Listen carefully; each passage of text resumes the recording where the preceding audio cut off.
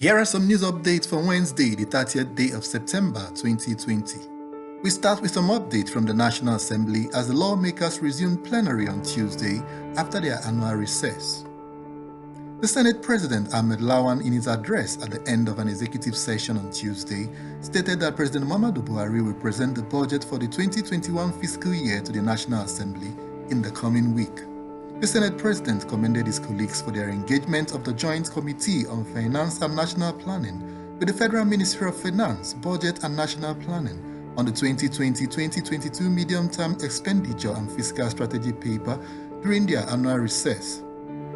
He further stated that the Senate will provide a 1-month window for budget defense by ministries, departments and agencies in line with the internal processing of the budget by the National Assembly. The federal government had proposed a 12.66 trillion naira as aggregate expenditure for the 2021 fiscal year in a proposal contained in the 2021 to 2023 medium-term expenditure framework forwarded to the Senate by the President in July. A senator representing Plateau North Federal Constituency, Senator Stephanus Gyang, has blamed herdsmen for what he described as serious killings and targeted assassinations of traditional rulers in Plateau State. Gyang, who came under Order 43 of the Senate Standing Rules at Wednesday's plenary, said 10 traditional rulers have so far lost their lives to assassination attacks, most of whom are from his senatorial district, and called for urgent and adequate security to be built around traditional rulers to ensure their safety. President of Senate Dr. Ahmed Lawan condoled with the government and people of Plateau State over the sad incidents and urged security agencies in the state to ensure adequate security for all citizens, especially the traditional rulers. President Muhammadu Buhari on Tuesday forwarded a request to the Senate seeking approval for the sum of 148.14 billion naira as promissory notes to 5 states of the Federation for federal road projects executed by the states.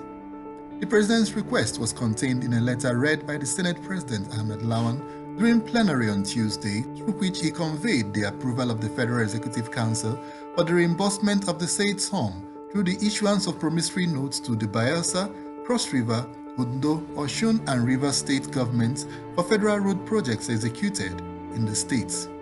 It further revealed that an interministerial committee had reviewed the request for reimbursement documents submitted and carried out physical inspection and verification of the projects in the respective states. Rivers State is billed to get the lion's share of the sum of over 78 billion naira, while Osun State will get the least sum of over 4 billion naira, according to the projects executed. And from the lower chambers of the National Assembly, the House of Representatives on Tuesday withdrew the controversial National Water Resource Bill following a motion by Honorable Benjamin Nsondu, who cited some breach in the House rule in proceedings regarding the bill. Nsondu has argued that since the bill was passed, it had been met by public outcry, coupled with the fact that its proceedings was in breach of the House Standing Rule, which mandates that every bill must be gazetted or clean copies circulated before it must be attended to. He then moved for the House to rescind its decision of 23rd July 2020, which adopted the National Water Resources Bill 2020 to have been read the 3rd time from their records. The Speaker, Femi Gbajabiamila, thereafter granted his prayers and directed that the bill be withdrawn to follow due procedure.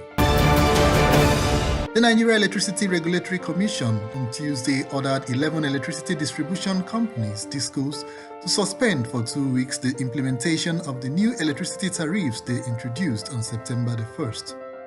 In the suspension order signed by the chairman of the commission, James Momo, and the Commissioner for Legal, Licensing and Compliance, Dafe Akbeneye, the commission said the order would last between September 28th and October 11th, when it shall cease to have effect. During the period, NEC said all tariffs for end-use customers and market obligations of the DISCOs during the 14 days suspension shall be computed on the basis of rates applicable as at 31st of August 2020. A federal high court presided over by Justice Okunabang in Abuja on Tuesday dismissed a suit seeking to sack Senator Hope Uzodinma as Imo State Governor. The suit, which was instituted by the candidates of the Reform and Advancement Party in the last governorship election in Imo State, Kingdom Ukiri, sought the court to stop Uzodinma from further acting in the capacity as the governor, praying the court to, among others, interpret the provision of Section 177, subsection C of the Constitution, vis-a-vis the circumstances relating to Uzodimma's emergence as governor of Imo State. The presiding judge, Justice Ukonabang, dismissed the suit in a ruling on Tuesday after the plaintiff applied to withdraw the suit on the grounds that the issues submitted for determination were already before the Supreme Court and awarded a cost of $500,000 each in favor of the first, second, and seventh defendants, respectively. To some entertainment news. Popular Nigerian singer Burna had turned down the request of controversial politician and convener of the Revolution Now movement, OMOYELE Sowore, to join in the planned protest slated to hold on the 1st of October as Nigeria marks its 60th year independence anniversary.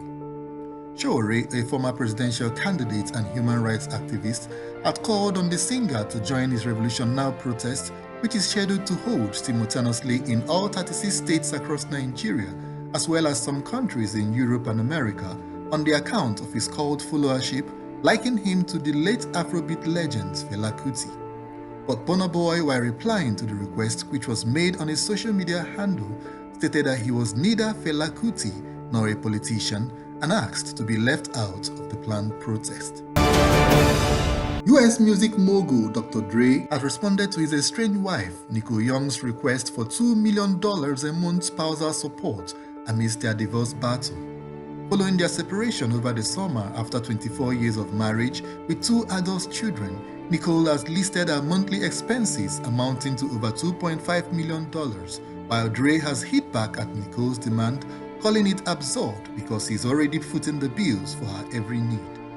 Dre claimed he also pays for Nicole's credit card bills, which ranges between $150,000 to $350,000 per month, and also offered to pay her attorney $350,000 through the end of the year, but found out that Nicole had already taken $400,000 out of his record company's business account. And that's the news update on Television Nigerian. Don't forget to like, subscribe, and share this news on all our social media platforms. Thanks for watching.